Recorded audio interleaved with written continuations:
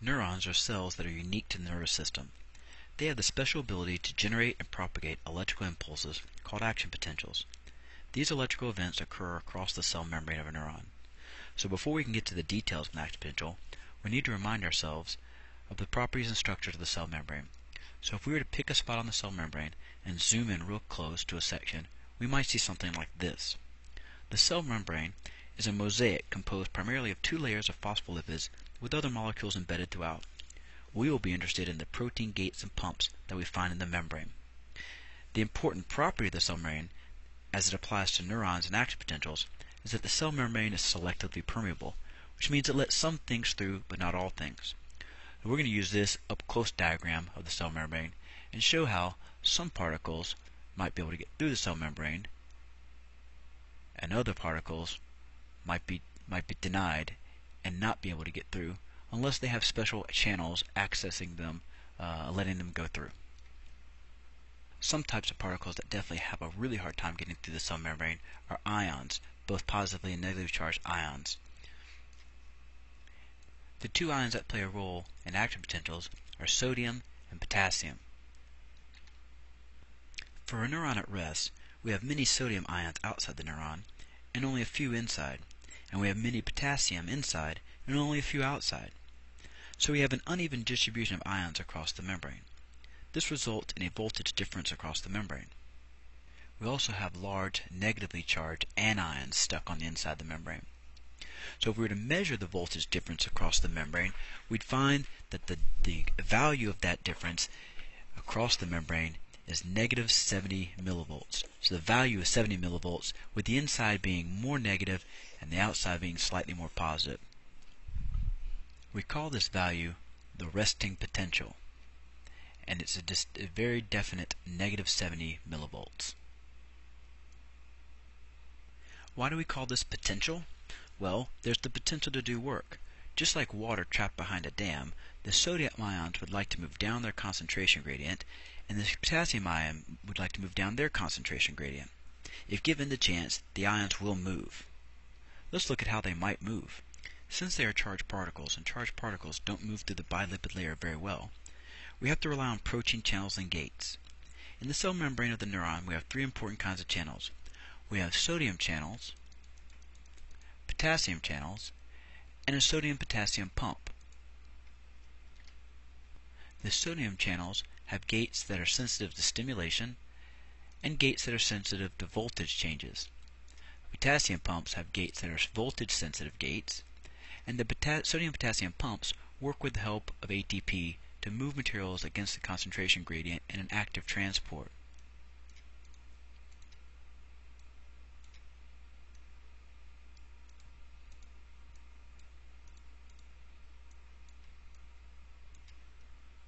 Now we're going to look at the steps leading up to and through an action potential. We're going to look at this in two ways. We're going to look at what happens here at the cell membrane and what's happening with the voltage change as we go through the process of getting to and running through an action potential. So if we start with the membrane at rest with the ions distributed as such, we know that we're at a resting potential of negative 70 millivolts. If there's some stimulus, some of the stimulus-sensitive voltage gates should open, allowing some sodium to come into the cell. As the sodium comes into the cell, the voltage changes. The inside becomes less negative. As the voltage becomes less negative, we're coming closer to threshold potential.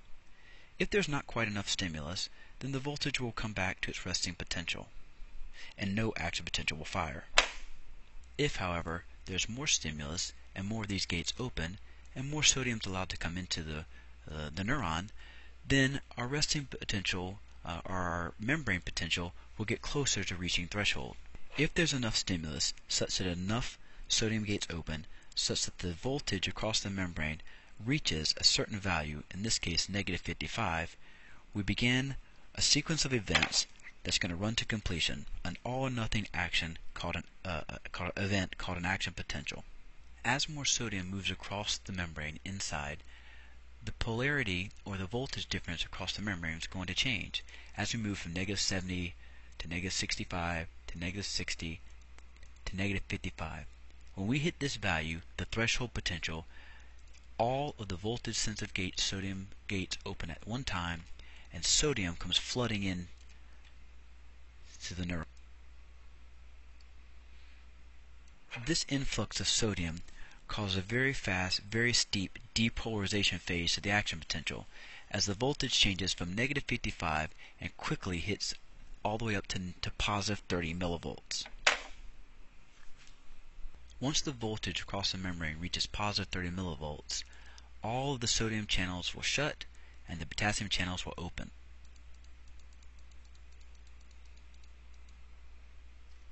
Once the potassium channel is open, potassium is going to rush out of the cell down its concentration gradient. As these positive charges are leaving, the voltage difference across the membrane starts to move back negative in a repolarization event. If we look at the graph, we'll see this happening. A very fast depolarization event as the potassium rushes back out of the cell, and we're bringing the membrane potential back towards the resting potential of negative 70. However, when we hit negative 70, potassium gates start to shut, but they shut slowly, and so we actually overshoot our resting potential. As we hit positive 30 millivolts, potassium gates shut, and our resting potential is restored. At this point, we're back to our negative 70 millivolts, but however, if we look at the distribution of ions, we're not back at the beginning.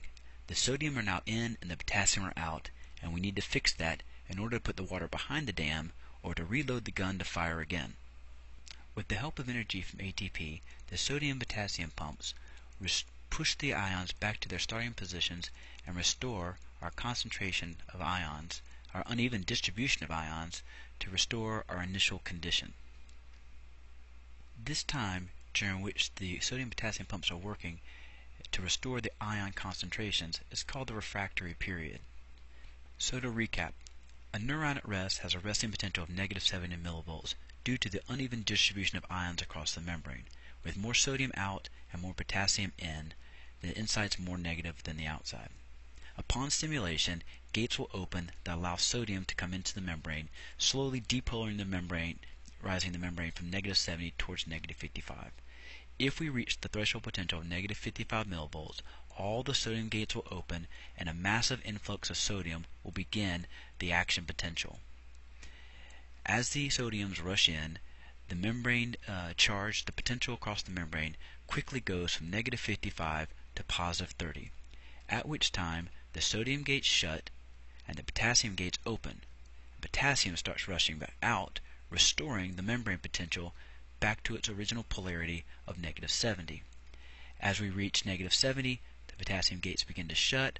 However, they shut a little bit slow so that we actually overshoot our original resting potential and go slightly lower than negative 70.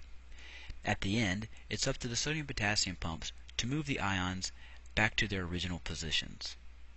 To recap again, if we have stimulation, sodium gates open and we depolarize the membrane. If we depolarize to reach threshold negative 55 millivolts, all the sodium gates open. And we have our depolarization phase of the action potential. Once we reach a voltage of positive 30 millivolts, the sodium gates shut, the potassium gates open, and we begin our repolarization phase. When we return to our negative 70 millivolts resting potential, the sodium gates will shut, and our sodium-potassium pumps begin to restore the ions back to the starting sides of the membrane.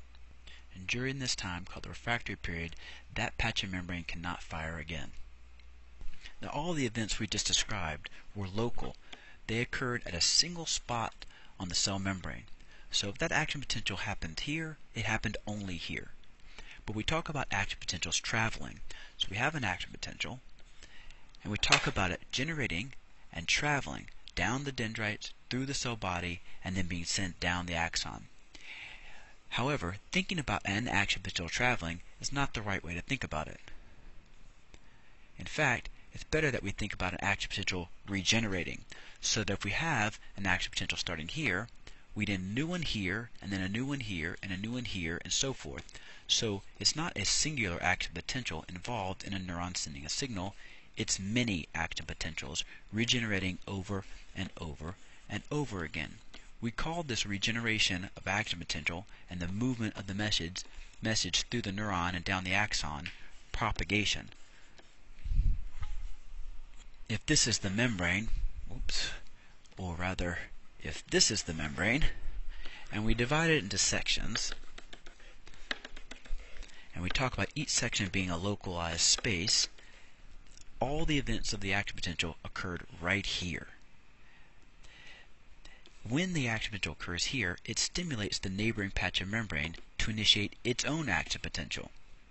That patch of membrane stimulates the next patch of membrane to initiate its action potential. And the signal regenerates itself over and over, propagating, moving down the axon. Question: how come the signal can't go backwards? Well, at the time in which this patch of membrane here is stimulating forward and backwards, this patch of membrane is at what stage? It's in its refractory period. And during that brief amount of time when it's resetting, putting the ions back to the right sides of the membrane, for that instant of time, it can't fire. In a very short time after that, we would be reset, ready to fire, but at that time, this patch of membrane is in its refractory period and no longer stimulating. By the time this one gets reset, the message is moved one patch of membrane beyond, and this one's in refractory and so forth, and you can see that the action potential can only travel one direction, out from its source and never back on itself.